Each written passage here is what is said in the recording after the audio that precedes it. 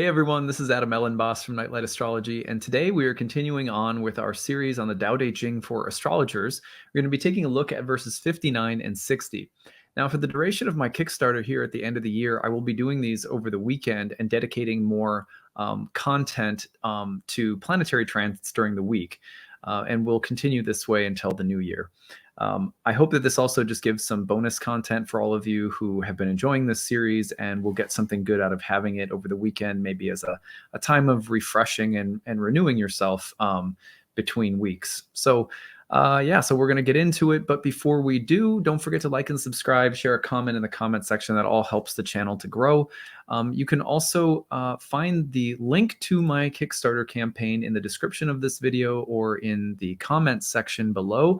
I would love it if you would pitch in and donate and support the channel. You're supporting me and a staff of people and some of the goals that we have in the year ahead, including the establishment of a donation-based reading clinic so that we can offer astrology readings to people who might be struggling financially.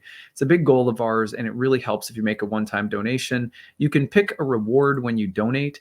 We're doing really well coming into the weekend here, but we're trying to also make sure we keep up the pace and keep those donations coming in. So you can do that. You can help us out. We really appreciate it. So again, you can find the link to donate in the comments of this video or in the description of the video. All right, well, let's get into it. We're going to be taking a look at verses 59 and 60.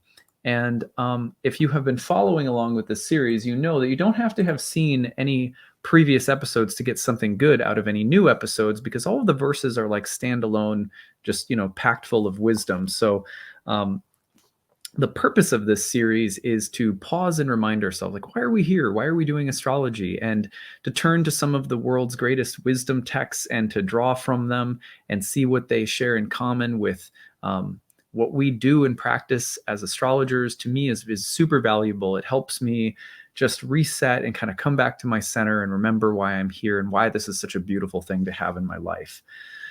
So we're going to read through these. I read through them twice. I read through the verse once. I read through it again on the second time. I offer some reflections for us as astrologers. I just, jot down some notes every time and hope that they end up being helpful for you. All right, well, verse 59. We'll read that one first, and I've got it up on the screen. This comes, by the way, from the Jonathan Starr translation of the Tao Te Ching. Verse 59, rule the people and serve heaven. Yet hold nothing more dear than the mother's harvest. Let every thought and every breath be the fruit of your offering. Do it now. Let her power run thick in your blood. There will be no obstacle you cannot overcome, no limit you cannot surpass, no empire you cannot rule. But in all your glory, never lose sight of the mother. Without her, your empire will crumble, your power will waste away. For the mother brings the harvest. She alone causes all things to endure. We call this deep roots in a solid trunk, the way of long life and lasting insight. Verse 60. Govern a nation as you would fry a small fish. When Tao is present in the empire, dark spirits lose their power.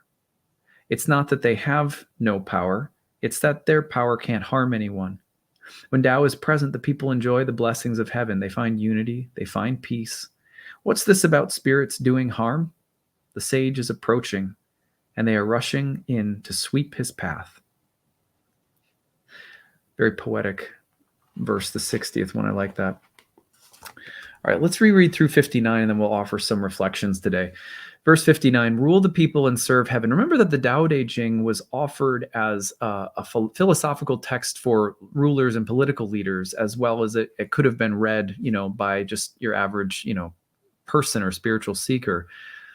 Rule the people and serve heaven, yet hold nothing more dear than the mother's harvest. Let every thought and every breath be the fruit of your offering. Do it now. Let her power run thick in your blood. There will be no obstacle you cannot overcome, no limit you cannot surpass, no empire you cannot rule. But in all your glory, never lose sight of the mother. Without her, your empire will crumble, your power will waste away. For the mother brings the harvest. She alone causes all things to endure. We call this deep roots in a solid trunk, the way of long life and lasting insight.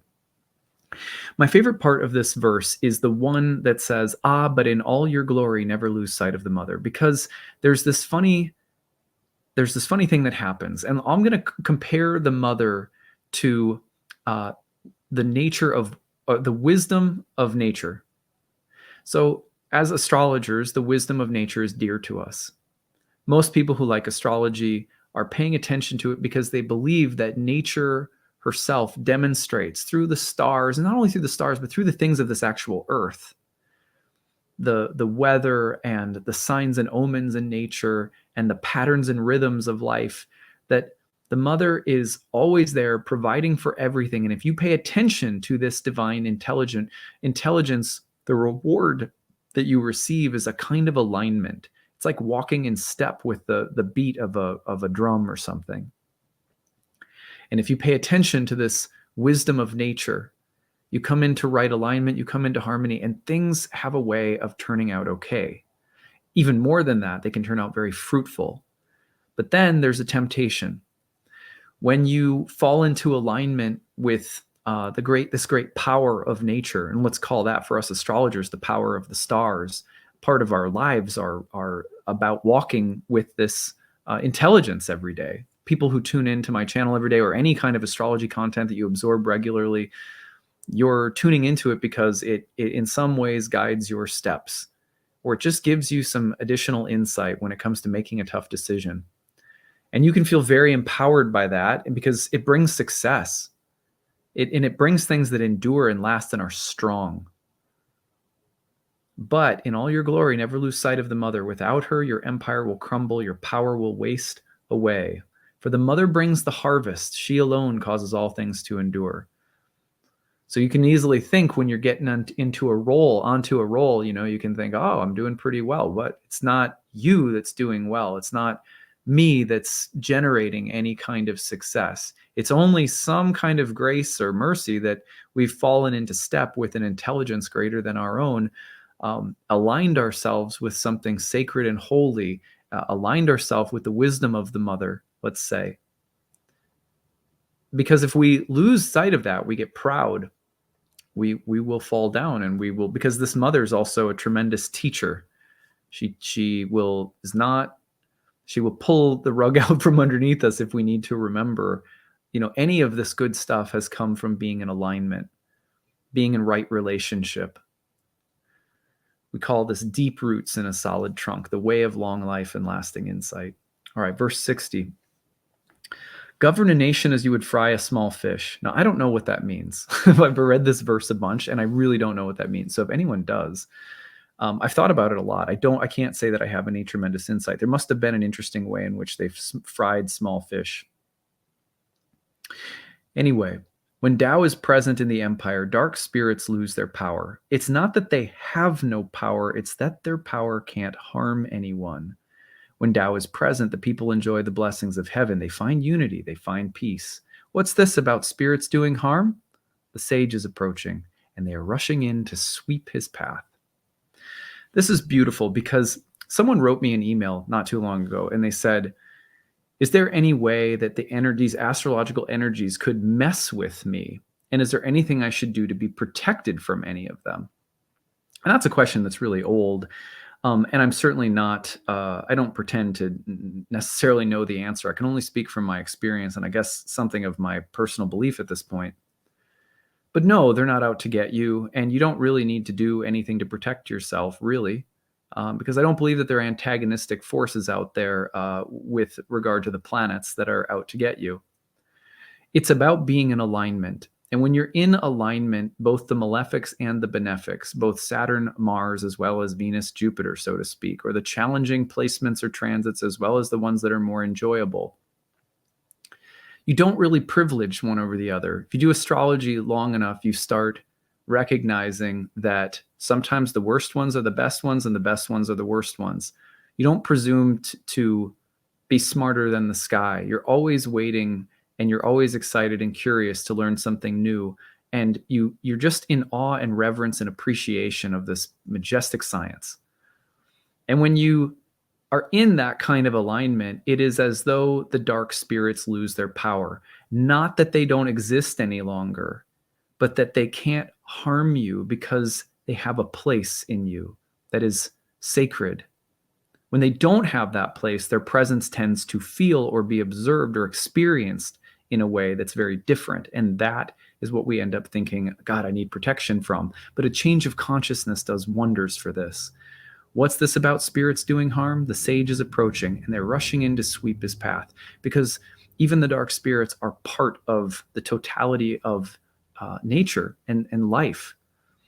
When we understand their presence and their reality, even if we mourn, even if we suffer, even if we experience real pain, they still don't have the same power as when we are afraid or out of alignment in some way. So in my experience, there is no bad astrology in that sense, although you can certainly experience some miserable transits. But the more you walk an astrological path, something like the Tao creeps in, and you just start to feel like everything has its right place. And there, in that sense, when the bad things come in, you always feel like they're like sweeping the path out in front of the healing and the learning and the growing and the loving that comes if you are someone who's dedicated to the sky, if you're someone who is dedicated to right alignment with this intelligence. So those are my reflections for today on verses 59 and 60. I hope that I hope that they'll inspire you or inspire some reflections of your own that might be needed right now. We will continue on with this series again next weekend. In the meantime, don't forget the Kickstarter campaign is going between now and the end of the year. We have still a bunch of days to go. 1,608 backers is our goal. It would be awesome if you pitch in, choose a reward when you donate. You can get 50% off any of my online classes, which is awesome. I only do it during the Kickstarter. Exclusive talks that I give, readings that I offer as rewards for your contribution. The link for that is in the description of this video and the comments section. Hope you guys are having a great weekend. Take it easy, everyone. Bye.